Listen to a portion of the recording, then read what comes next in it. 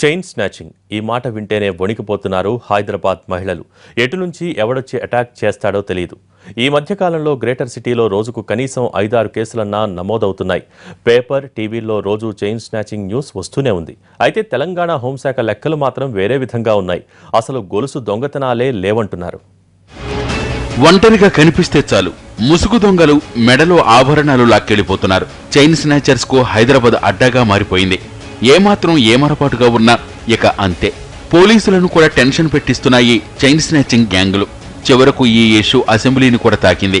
హైదరాబాద్ లో వరుసగా chain snatching ఘటనలు జరుగుతుంటే ఎలాంటి చర్యలు తీసుకున్నారంటూ ప్రభుత్వాన్ని ప్రశ్నించారు కాంగ్రెసు సభ్యులు. దీనికి ప్రభుత్వం ఇచ్చిన సమాధానమే అందరినీ ఆశ్చర్యపరిచింది.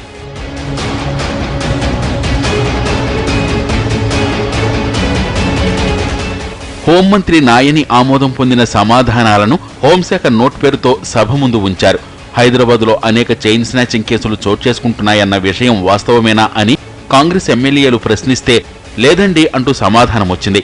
గత ఏడాది నుంచి నమోదైన స్నాచింగ్ కేసుల సంఖ్య ఎంత అని రెండవ ప్రశ్నలో అడగ్గా 582 కేసులు నమోదయ్యాయని, 2015లో 227 కేసులున్నాయని తెలిపారు.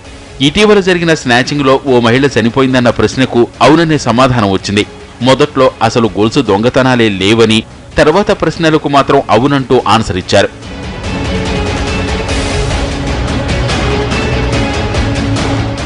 హైదరాబాద్ లో చైన్ స్నాచింగ్ క్రైమ్ ఏ రేంజ్ లో ఉందో అందరికీ తెలిసిందే.